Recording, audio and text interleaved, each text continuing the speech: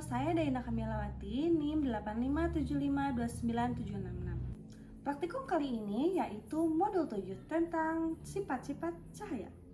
Dalam kehidupan sehari-hari, kita sering memanfaatkan pemantulan cahaya seperti bercermin atau melihat bayangan permukaan air.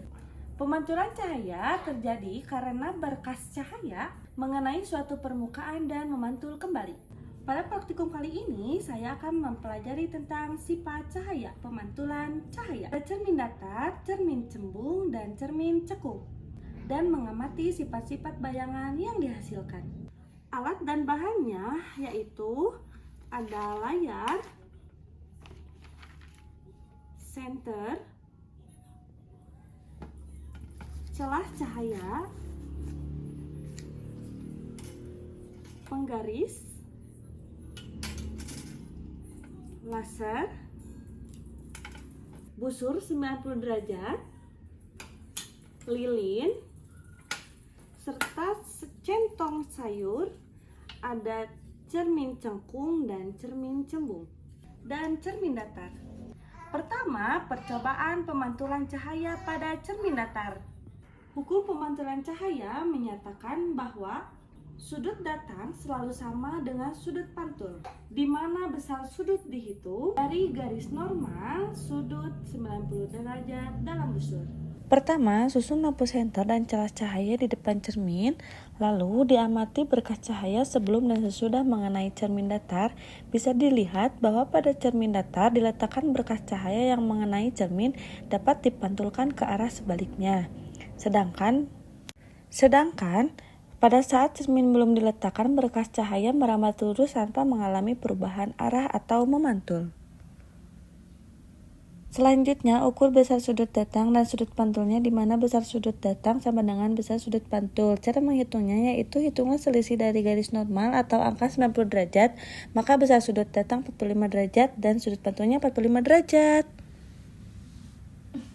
Selanjutnya, saya akan menggunakan bantuan laser agar pantulan mudah diamati. Pertama, pada sudut datang 30 derajat, maka sudut pantul pun 30 derajat. Ketika sudut datang 60 derajat, maka sudut pantul pun 60 derajat.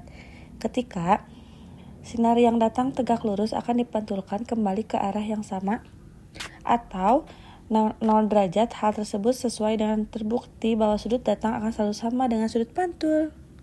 Selanjutnya, letakkan lilin di depan cermin datar. Ketika lilin diubah posisi baik ke samping, ke depan maupun ke belakang, bisa dilihat sifat bayangan lilin yang terbentuk di dalam cermin bersifat maya, tegak, dan memiliki ukuran yang sama besar dengan benda aslinya.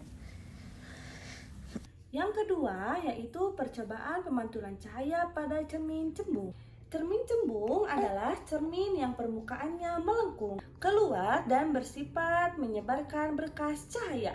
Pertama, letakkan cermin cembung di depan lilin, lalu amati bentuk bayangannya yang muncul pada permukaan cermin. Hasilnya, bayangan lilin di depan cermin cembung terlihat tegak namun ukurannya menjadi lebih kecil.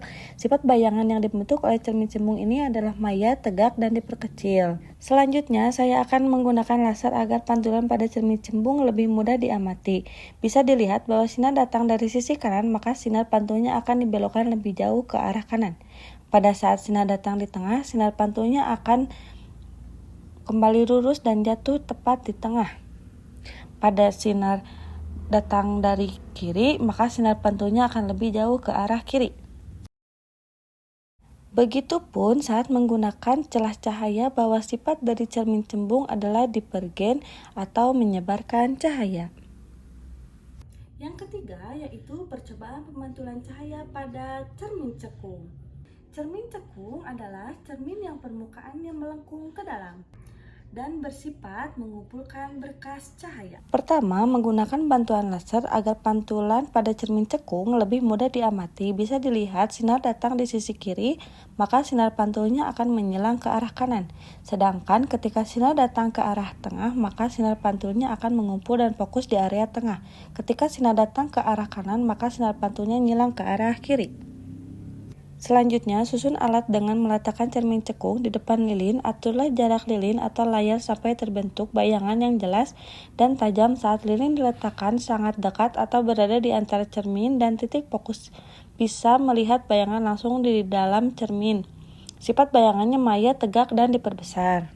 Saat lilin digeser menjauh melewati titik fokus bayangan, tidak lagi terlihat di dalam cermin, melainkan harus ditangkap menggunakan layar. Sifat bayangannya nyata, terbalik, dan diperbesar. Lalu lilin digeser sangat jauh dari fokus, ukuran bayangan pada layar tampak mengalami perubahan menjadi semakin mengecil. Sifat bayangan pada posisi ini adalah nyata, terbalik, dan diperkecil. Kesimpulannya yaitu cahaya memiliki sifat dapat dipantulkan dengan karakteristik. Yang pertama, cermin datar memenuhi hukum pemantulan di mana sudut datang maya, tegak, dan sama besar. Yang kedua yaitu cermin cembung, bersifat menyebarkan cahaya sehingga bayangannya selalu maya, tegak, dan diperkecil. Yang ketiga, cermin cekung, bersifat mengumpulkan cahaya.